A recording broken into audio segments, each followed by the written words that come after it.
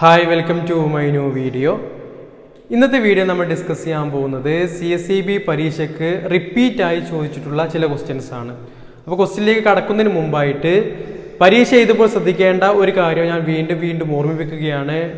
ഒരിക്കലും ഓപ്ഷൻസ് നോക്കി ക്വസ്റ്റ്യൻ വായിക്കരുത്. ആദ്യം തന്നെ ക്വസ്റ്റ്യൻ ശരിക്കും വായിക്കുക. ഓപ്ഷൻസ് മറച്ചു പിടിച്ചാണെങ്കിലും ക്വസ്റ്റ്യൻ വായിക്കുക. അതിനുശേഷം ഏതാണോ ആൻസർ അത് നമ്മുടെ മൈൻഡിലേക്ക് കൊണ്ടുവന്നതിന് ശേഷം മാത്രം ഓപ്ഷൻസ് നോക്കി അത് കറുപ്പിക്കുക. ഒരിക്കലും ഒരു ക്വസ്റ്റ്യനും ഓപ്ഷനും ഒരുമിച്ച് നോക്കരുത്. അങ്ങനെ നോക്കിക്കഴിഞ്ഞാൽ കോപ്പറേഷൻ്റെ മാർക്ക് നിങ്ങൾക്ക് ഒരുപാട് തെറ്റും. കാരണം നമുക്ക് അവിടെ ഒരുപാട് കൺഫ്യൂഷൻ വരും. അതായത് ഒരേപോലെയുള്ള കാര്യങ്ങളായിരിക്കും മറ്റുള്ള ഓപ്ഷൻസ് ഉണ്ടാവുക. നമ്മൾ കൺഫ്യൂസിങ് ആക്കും. അത് ഒഴിവാക്കാൻ വേണ്ടിയിട്ട് ആദ്യം ക്വസ്റ്റ്യൻ വായിക്കുക. അതിൻ്റെ ആൻസർ മൈൻഡിലേക്ക് കൊടുത്തതിന് ശേഷം മാത്രം എന്ത് ചെയ്യുക, അതിൻ്റെ ആൻസറിലേക്ക് ഓപ്ഷനിലേക്ക് നോക്കുക. എന്നിട്ട് അത് ഏതാ വെച്ചാൽ അത് കറുപ്പിക്കുക. ഓക്കെ, അപ്പോൾ നമുക്ക് ക്വസ്റ്റ്യനിലേക്ക് കടക്കാം. ഒന്നാമത്തെ question, fiscal policy in India is formulated by. Fiscal policy ആരാണ് ഫോർമുലേറ്റ് ചെയ്യുന്നത് എന്നുള്ളതാണ് ക്വസ്റ്റ്യൻ. മോണിറ്ററി പോളിസി ഫോർമുലേറ്റ് ചെയ്യുന്നത് ആരാണ്? RBI ആണ് അല്ലേ. മോണിറ്ററി പോളിസി ബാങ്ക് റേറ്റ് എത്രയാക്കണം, അതല്ലെങ്കിൽ ഇൻട്രസ്റ്റ് റേറ്റ് എത്രയാക്കണം, അങ്ങനെ നിരവധി. ഇപ്പോൾ നമ്മൾ ഇൻഫ്ലേഷൻ ഉണ്ടാകുമ്പോൾ എന്ത് ചെയ്യണം, ഡീഫ്ലേഷൻ ആകുമ്പോൾ എന്തൊക്കെയാണ് ചെയ്യേണ്ടത് എന്നുള്ള കാര്യങ്ങളൊക്കെ തീരുമാനിക്കുന്നതാണ് മോണിറ്ററി പോളിസി. അത് ഏതിൻ്റെ ഭാഗമാണ്? RBI ആണ് മോണിറ്ററി പോളിസിയുടെ ഭാഗം. അത് RBIക്ക് തന്നെ ഇപ്പോൾ സെപ്പറേറ്റ് ഡിപ്പാർട്ട്മെന്റ് ഉണ്ട് ഇതിന് വേണ്ടിയിട്ട്, മോണിറ്ററി പോളിസിക്ക് വേണ്ടിയിട്ട്. എന്നിരുന്നാലും അതിനെ ചോദിച്ചു കഴിഞ്ഞാൽ ആ ഡിപ്പാർട്ട്മെന്റ് പേരില്ല എന്നുണ്ടെങ്കിൽ, മോണിറ്ററി പോളിസി എന്നുള്ളൊരു വേർഡാണ്, അതില്ല എന്നുണ്ടെങ്കിൽ ഏതെന്നെ എഴുതണം? RBI തന്നെയാണ് അതിൻ്റെ ആൻസർ. എന്നാൽ ഫിസ്ക്കൽ പോളിസി എന്ന് പറഞ്ഞാൽ ഗവൺമെന്റ് ഇൻകവും ഗവൺമെന്റ് എക്സ്പെൻഡിച്ചറും തീരുമാനിക്കുന്നതാണ്. അത് സെൻട്രൽ ഗവൺമെന്റ് ആണ് ആൻസർ. അതിൻ്റെ ആൻസർ എന്താണ്? സെൻട്രൽ ഗവൺമെന്റ് ആണ് ഇത് തീരുമാനിക്കുക. പക്ഷേ നമുക്ക് തന്ന ഓപ്ഷനിൽ സെൻട്രൽ ഗവൺമെന്റ് ഇല്ല. പിന്നെ ആരുള്ളത്? ഫിനാൻസ് മിനിസ്റ്റർ ഉണ്ട്. സെൻട്രൽ ഗവൺമെന്റിലെ ഫിനാൻസ് മിനിസ്റ്റർ ഉണ്ട്. അപ്പോൾ അതാണ് ഇവിടെ answer. Fiscal policy in India formulated by ചോദിച്ചു കഴിഞ്ഞാൽ സെൻട്രൽ ഗവൺമെന്റ് ആണ് ഓപ്ഷനിലുള്ളതെങ്കിൽ അത് എഴുതുക. ഇനി ഇങ്ങനെ സെൻട്രൽ ഗവൺമെന്റ് ഇല്ലാതെ ഫിനാൻസ് മിനിസ്റ്റർ ഉണ്ടെങ്കിൽ അത് എന്ത് ചെയ്യുക? ഫിനാൻസ് മിനിസ്റ്റർ ചെയ്ത. ഇനിയോ monetary policy in India is formulated by RBI ഉണ്ടാവും. അല്ലെങ്കിൽ മോണിറ്ററി പോളിസി കമ്മിറ്റി എന്ന് പറഞ്ഞിട്ടൊരു കമ്മിറ്റി ഉണ്ട്, ആ കമ്മിറ്റി ഉണ്ടാവും. ആ കമ്മിറ്റി ഇല്ല എങ്കിൽ ഏത് മാത്രം ചെയ്താൽ? RBI എഴുതാം. ഓക്കെ, അപ്പോൾ രണ്ട് ക്വസ്റ്റ്യൻസ് നമ്മൾ അവിടെ പഠിച്ചു, fiscal policy, monetary policy. Next നോക്കൂ, cooperative collective farming in Russia is generally known as. റഷ്യയിലെ കോപ്പറേറ്റീവ് കളക്റ്റീവ് ഫാമിനെ പറയുന്ന പേരെന്താണ്? റിപ്പീറ്റ് ആയിട്ട് ഒരുപാട് പ്രാവശ്യം ചോദിച്ച ക്വസ്റ്റ്യൻ ആണ്. ഏതാണ്? കോൽഗോസസ് ആണ്. ഏതാണ്? Kolkhoz. Cooperative collective farming in Russia is known as kolkhoz. Okay, next question, Mirdha committee on cooperation was in. ഏത് വർഷമാണ് മിർദ കമ്മിറ്റി എന്നാണ്? ഏത് വർഷമാണ്? 1964 മിർദ കമ്മിറ്റി. മിർദ കമ്മിറ്റിയുടെ വർഷം ചോദിക്കും. റിപ്പീറ്റഡ് ക്വസ്റ്റ്യൻ ആണ്. 1964. ഇനിയോ, first state bank included in the second schedule of RBI. എന്താണ് ഈ സെക്കൻഡ് ഷെഡ്യൂൾ ഓഫ് RBI എന്ന് പറഞ്ഞാൽ? RBIയുടെ സെക്കൻഡ് ഷെഡ്യൂൾ ഉൾപ്പെടുന്ന ബാങ്കുകളെ എന്ത് പറയാം? ഷെഡ്യൂൾഡ് ബാങ്ക് എന്ന് പറയാം. എന്താണ്? Scheduled bank. ഷെഡ്യൂൾഡ് ബാങ്ക് എന്ന് പറഞ്ഞു കഴിഞ്ഞാൽ അതും ഇങ്ങനെ ചോദ്യം വന്നിട്ടുണ്ട് CSEBക്ക്. ഷെഡ്യൂൾ ബാങ്ക് എന്ന് പറഞ്ഞു കഴിഞ്ഞാൽ second schedule of RBI act option ഉണ്ടാവും. സെക്കൻഡ് ഷെഡ്യൂൾ ഓഫ് RBI ആക്ടിൽ രജിസ്റ്റർ ചെയ്തിട്ടുള്ള ബാങ്കുകളെ എന്ത് പറയാം? ഷെഡ്യൂൾഡ് ബാങ്ക് എന്ന് പറയാം. അപ്പോൾ ഇവിടെ എന്താ ചോദിച്ചത്? സെക്കൻഡ് ഷെഡ്യൂൾ ഓഫ് RBI ആക്ടിൽ ഇൻക്ലൂഡ് ചെയ്തിട്ടുള്ള ആദ്യത്തെ സ്റ്റേറ്റ് കോപ്പറേറ്റീവ് ബാങ്ക് ഏതാണ്? കേരള സ്റ്റേറ്റ് കോപ്പറേറ്റീവ് ബാങ്ക് ആണ്. അല്ലെങ്കിൽ ചോദിക്കാണ് ഫസ്റ്റ് ഷെഡ്യൂൾഡ് കോപ്പറേറ്റീവ് ബാങ്ക് ഏതാണെന്ന് ചോദിച്ചു കഴിഞ്ഞാലും ഏത് തന്നെയാണ്? KSEB ആണ്. ഇവിടെ തലതിരിച്ച് ചോദിച്ചു. ഫസ്റ്റ് ഷെഡ്യൂൾഡ് ചോദിച്ചു കഴിഞ്ഞാലും കേരള സ്റ്റേറ്റ് കോപ്പറേറ്റീവ് ബാങ്ക് ആണ്. Okay, next question, LAMPS large sized adivasi multipurpose cooperative societies ആരാണ് റെക്കമെൻഡ് ചെയ്തത്? ബാവ കമ്മിറ്റിയാണ്. LAMPS large sized adivasi multipurpose cooperative സൊസൈറ്റീസിന്റെ ഫുൾ ഫോമും ചോദിക്കാറുണ്ട്. എങ്ങനെ ചോദിക്കുക? ലാംസിന്റെ എമ്മിന്റെ ഇങ്ങനെയൊക്കെ ചോദിക്കും. എമ്മിന്റെ ഫുൾ ഫോം എന്ത് ചോദിക്കും? ഇപ്പോൾ മൾട്ടിപർപ്പസ് എന്ന് എഴുതണം. അങ്ങനെ അല്ലെങ്കിൽ ലാർജ് സൈസ്ഡ് എന്നുണ്ടാവും. തുടക്കത്തിൽ മാത്രം ലാർജ് സൈസ്ഡ്, ലാർജ് ബിസിനസ് എന്നൊക്കെ പറഞ്ഞിട്ട് എന്ത് ചെയ്യും? വ്യത്യസ്ത തരത്തിലുള്ള ഓപ്ഷൻസ് തരും. അപ്പോൾ ഞാൻ നേരത്തെ പറഞ്ഞ പോലത്തെ ഓപ്ഷൻസ് നോക്കരുത്. ലാർജ് സൈസിൽ മൾട്ടിപർപ്പസ് സാധനം അല്ലേ, ലാർജ് സൈസിൽ നമ്മൾ ആൻസർ കൊണ്ടതിന് ശേഷം മാത്രം എന്ത് ചെയ്യുക? ആൻസർ കറുപ്പിക്കുക. ഓക്കെ, അടുത്തത്, first land mortgage in India. ഇന്ത്യയിലെ ആദ്യത്തെ ലാൻഡ് മോർട്ടഗേജ് ഏതാണ്? ജാങ് ഇൻ പഞ്ചാബ്. എവിടെയാണ്? Jhang in Punjab 1920 1920 Jhang in Punjab register ചെയ്തത്. അപ്പോൾ ഫസ്റ്റ് ലാൻഡ് മോർട്ടഗേജ് ബാങ്ക് ഏതാണ്? Jhang in Punjab. Okay, next schedule dash of cases at specify cooperative principles. Cooperative principles എത്രാമത്തെ ഷെഡ്യൂളിലാണുള്ളത്? നമുക്കറിയാം കോപ്പറേറ്റീവ് ആക്റ്റിൽ 3 ഷെഡ്യൂളാണുള്ളത് അല്ലേ? 3 ഷെഡ്യൂളാണുള്ളത്. ഏതൊക്കെയാണ് ഷെഡ്യൂൾ? ഷെഡ്യൂൾ 1, 2, 3. എന്താണ് ഷെഡ്യൂൾ 1-ൽ പറയുന്നത്? ഷെഡ്യൂൾ 1, 2, 3 3 പീമെന്ന് തുടങ്ങുന്നത്. അങ്ങനെ പഠിക്കുക. 3 പീസ് ആണെന്ന് പഠിക്കുക. ഒന്നാമത്തത് PSC, അതായത് അപ്പോയിൻമെൻ്റ് ഒക്കെ നടത്തുന്നത് PSCയിലൂടെയാണ്. രണ്ടാമത്തത് പ്രിൻസിപ്പിൾസ്. മൂന്നാമത്തത് prescribed period. PSC, principles, prescribed period. അപ്പോൾ ഇവിടെ നമ്മൾ ചോദിച്ചെന്താണ്? Schedule dash of cases at specify cooperative principles. ഏതാണ് ആൻസർ? രണ്ടാമത്തെ ഷെഡ്യൂളിലാണ് കേസസ് ആക്റ്റിൽ എന്തിനു പറയുന്നത്? കോപ്പറേറ്റീവ് പ്രിൻസിപ്പിൾസിനെ കുറിച്ച് പറയുന്നത്. ഏതൊക്കെയാണ്? ഒന്നാമത്തത് KPSC, കേരള PSC. രണ്ടാമത്തത് പ്രിൻസിപ്പിൾസ്, കോപ്പറേറ്റീവ് പ്രിൻസിപ്പിൾസ്. മൂന്നാമത്തത് പ്രിസ്ക്രൈബ്ഡ് പീരീഡ് അല്ലെങ്കിൽ ടൈം ലിമിറ്റ്. ഓക്കെ, ഏത് പറയുന്നു? 3 ഷെഡ്യൂൾ പറയുന്നു. അപ്പോൾ ശരിക്കും അത് പ്രത്യേകം പഠിക്കാം. Okay, next government and registrar shall have power to dash of working of society. ഒരു കോപ്പറേറ്റീവ് സൊസൈറ്റിയുടെ വർക്കിങ്ങിൽ ഗവൺമെന്റിനും രജിസ്ട്രാർക്കും പവർ ഉണ്ട്. എന്തിനുള്ള പവറാണുള്ളത്? റെഗുലേറ്റ് ചെയ്യാനാണോ, സൂപ്പർവൈസ് ചെയ്യാനാണോ, ഇൻസ്പെക്ട് ചെയ്യാനാണോ? ഏതിനാണ്? റെഗുലേറ്റ് ചെയ്യാനുള്ള പവർ ആണ് ആർക്കുള്ളത്? ഗവൺമെന്റിനും രജിസ്ട്രാർക്കുള്ളത്. ഇതൊക്കെ ചോദിച്ച ക്വസ്റ്റ്യൻ ആണ്. ഇനി എന്തായിരുന്നു option? Regulate, supervise, inspection, none of the above. ഏതാണ്? റെഗുലേറ്റ് ആണ് ആൻസർ. നെക്സ്റ്റ് ക്വസ്റ്റ്യൻ നോക്ക്. Application for the registration of bylaw അമെൻമെന്റ് of woman cooperative society shall be accompanied a challan receipt of dash.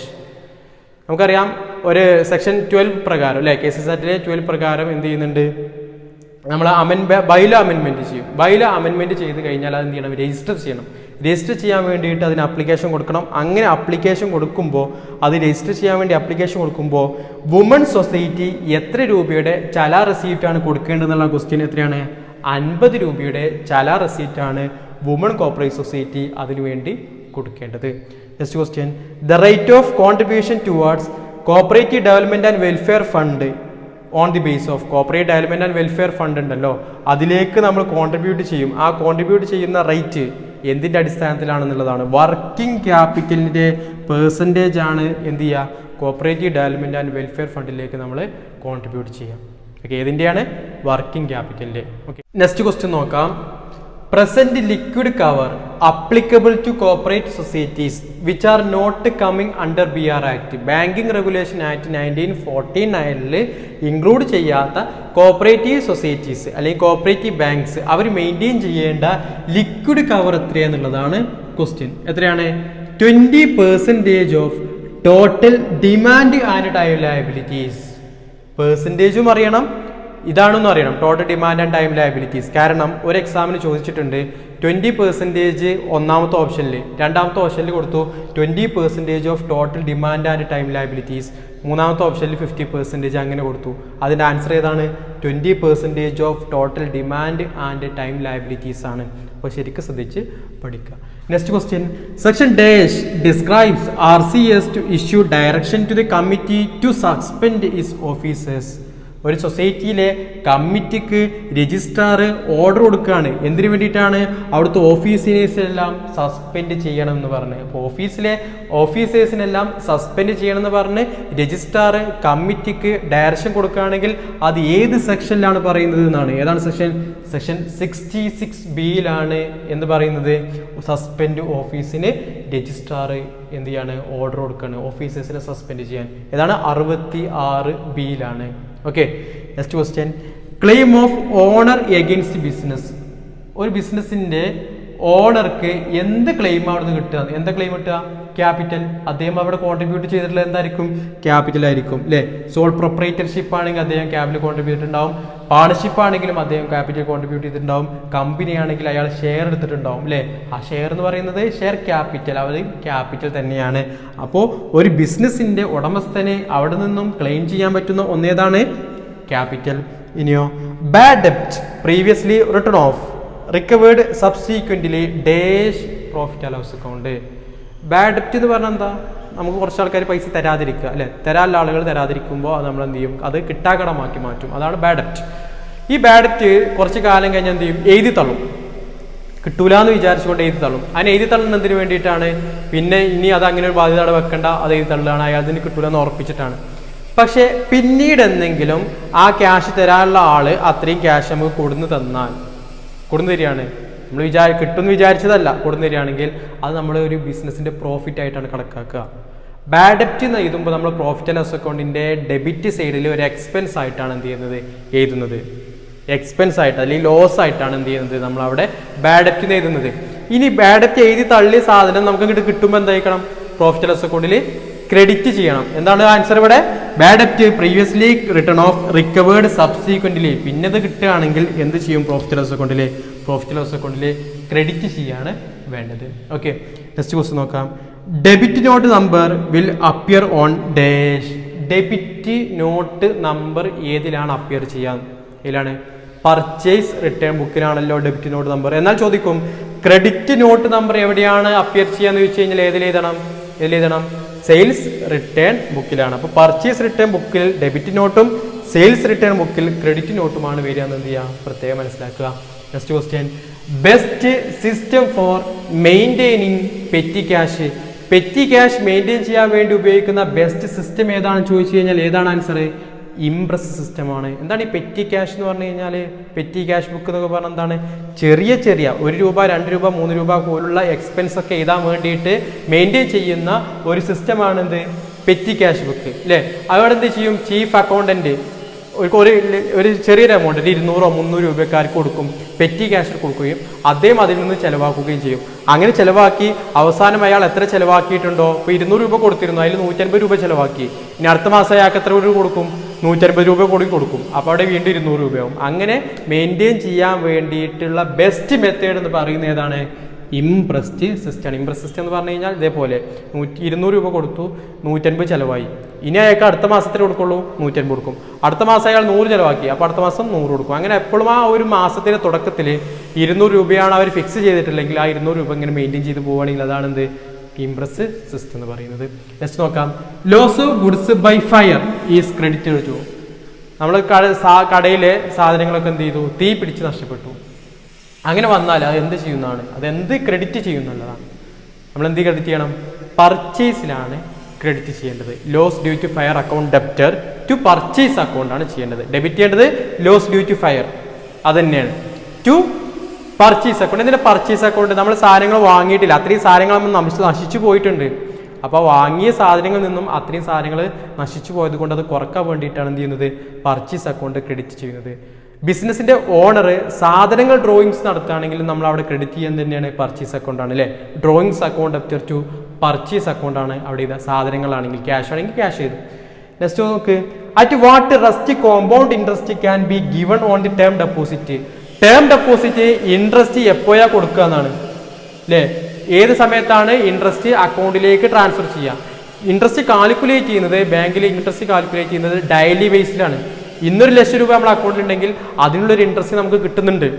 നാളെ അതില്ലാന്നുണ്ടെങ്കിൽ അതിന് അപ്പം എത്രയാണോ ബാലൻസിൽ അതിനുള്ള ഇൻട്രസ്റ്റ് കിട്ടുന്നത്. ഡെയിലി ബാലൻസിലാണ് എന്ത് ചെയ്യുന്നത്, ഇൻട്രസ്റ്റ് കാൽക്കുലേറ്റ് ചെയ്യുന്നതെങ്കിലും നമ്മുടെ അക്കൗണ്ടിലേക്ക് അവർ ക്രെഡിറ്റ് ചെയ്യുന്നത്, ബാങ്ക് ക്രെഡിറ്റ് ചെയ്യുന്നത് ക്വാർട്ടർലി ആണ്. എന്നാണ്, ക്വാർട്ടർലി ആണ് നമ്മുടെ ബാങ്കിൽ നമ്മുടെ അക്കൗണ്ടിലേക്ക് അവർ ക്രെഡിറ്റ് ചെയ്യുന്നത്. കാൽക്കുലേറ്റ് ചെയ്യുന്നത് ഡെയിലി ബേസിലാണെങ്കിലും അക്കൗണ്ടിലേക്ക് ക്രെഡിറ്റ് ചെയ്യുന്നത് ക്വാർട്ടർലി ബേസിലാണ്. Next, a bill without consideration ഇല്ലാത്ത ബില്ലിനെ പറയുന്ന എന്താണ്? അക്കമഡേഷൻ ബില്ലാണ്. കൺസിഡറേഷൻ ഇല്ലാത്ത ബില്ലിനെ പറയാം accommodation bill. Next question. The test to know the purity of gold. ഗോൾഡിന്റെ പ്യൂരിറ്റി കണക്കാക്കാൻ വേണ്ടിയിട്ട് നമ്മൾ ബാങ്കിൽ ലോൺ പ്ലെഡ്ജിന്റെ അടിസ്ഥാനത്തിൽ ഗോൾഡ് കൊടുത്തിട്ടാണ് ലോൺ എടുക്കുന്നതെങ്കിൽ ആ കൊടുത്ത ഗോൾഡ് അവരെന്ത് ചെയ്യും, പ്യൂരിറ്റി പരിശോധിക്കും. അതിനെ പറയുന്ന ഏറ്റവും സ്യൂട്ടബിൾ ടെസ്റ്റ് മെത്തേഡ് എന്ന് വെച്ച് കഴിഞ്ഞാൽ സ്പെസിഫിക് ഗ്രാവിറ്റി മെത്തേഡ്. ഏതാണ്? Specific gravity method. ഓക്കെ, ഇപ്പം ഇത്രയും കാര്യങ്ങളാണ്. 20 ക്വസ്റ്റ്യൻസ് ആണ് നമ്മൾ ഡിസ്കസ് ചെയ്ത്. മുഴുവനും പ്രീവിയസ് ചോദിച്ച ക്വസ്റ്റ്യൻസ് ആണ്.